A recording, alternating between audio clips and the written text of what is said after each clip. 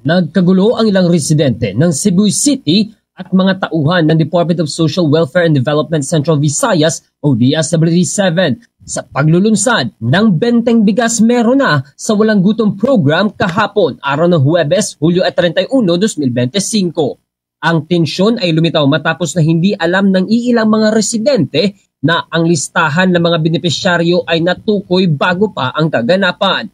Nilinaw din ni DSWD-7 Regional Director Shalane Lucero na napili ang 52 benepisyaryo ng kaganapan sa nakarang araw pa batay sa listahan ng database ng ahensya na isang national targeting system ang ginagamit upang matukoy ang pinakamahihirap na mga kabahayan sa bansa.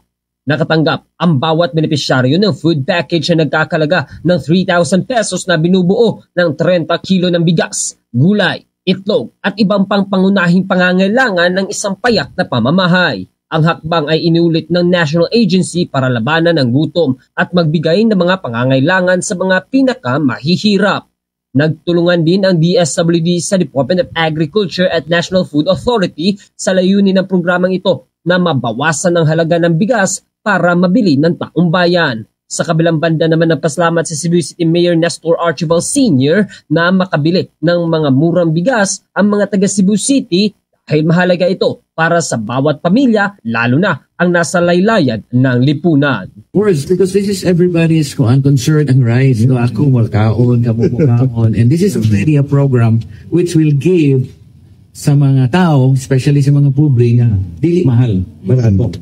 So, in fact, I think tomorrow would be launched or rolled out din sa Tubangan sa atong City Hall. Tubangan nato sila. In fact, adoon na dito sa Guadalupe.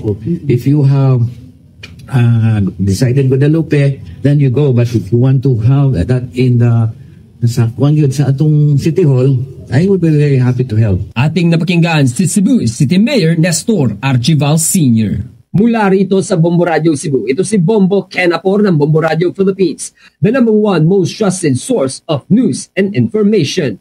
Basta Radio, Bombo